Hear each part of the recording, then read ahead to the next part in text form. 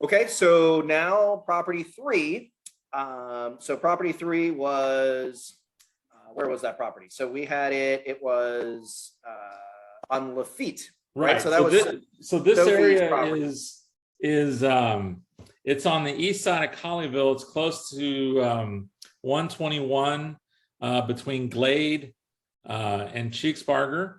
And so for the longest time, Ron, this area was this big field for years.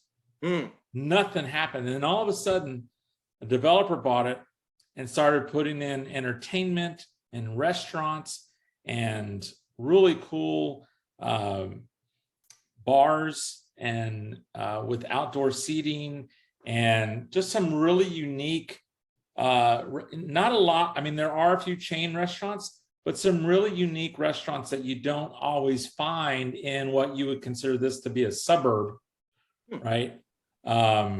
It's west of the DFW Airport, but having access to 121 is great. So on the backside, so there's a creek that runs on the west side of this property. This property it had to be a couple of 100 acres from Cheeksbarger to Glade, west of 121. And so there was a creek that ran along there. And this particular property was built in that gated subdivision with a creek that was going along the back.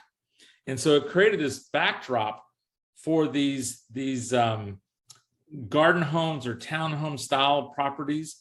They're very narrow, tall. This one did have the master down, but it had this back patio with the fireplace, and it overlooked that green belt, if you will, a creek ran behind it with some trees. It was a very nice setting for this type of property. This is a very popular type of property nowadays for folks that are downsizing, empty nesters. It's in a gated community, so it's kind of got that lock and leave feel. The HOA takes care of the front of the house. So that's a great feature. And there are probably 3 to 4 of those type communities right along this creek that's there.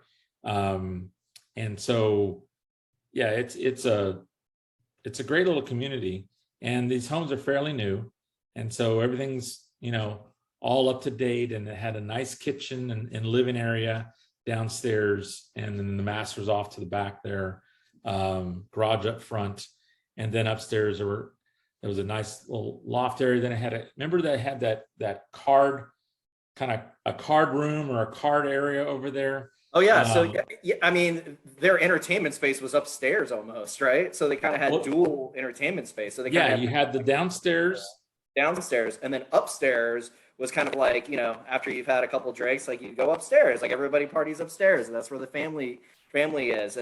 But they had a room that had all of the NFL, all the flags, right? Yes. So that was a bedroom up front.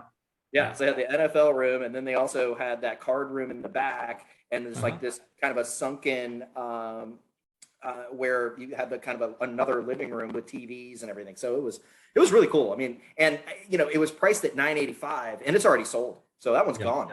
Yeah. So that one was, I think, priced well. Probably had a ton of offers, and that was just it was done. Well, if you think about all the things that it had. Easy access to the highway, easy access to DFW Airport, all the entertainment opportunities right around there with restaurants and, just different venues that you could hear live music and go to some cool restaurants, shopping. There was a lot of stores that were out there.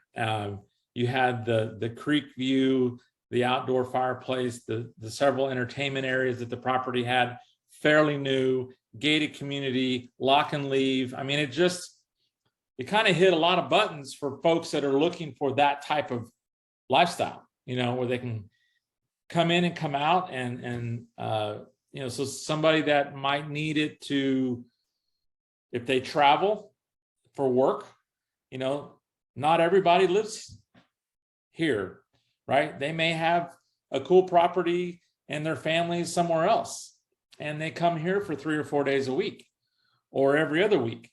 And so that would make a great property for an executive that does that kind of travel, because there's a lot of Fortune 500 companies in DFW, and not everybody wants to move or has to move.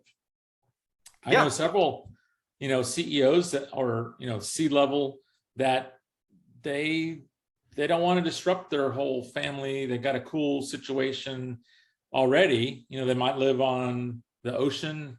They might live in the mountains in Colorado or somewhere like that. Maybe they don't want to give that up.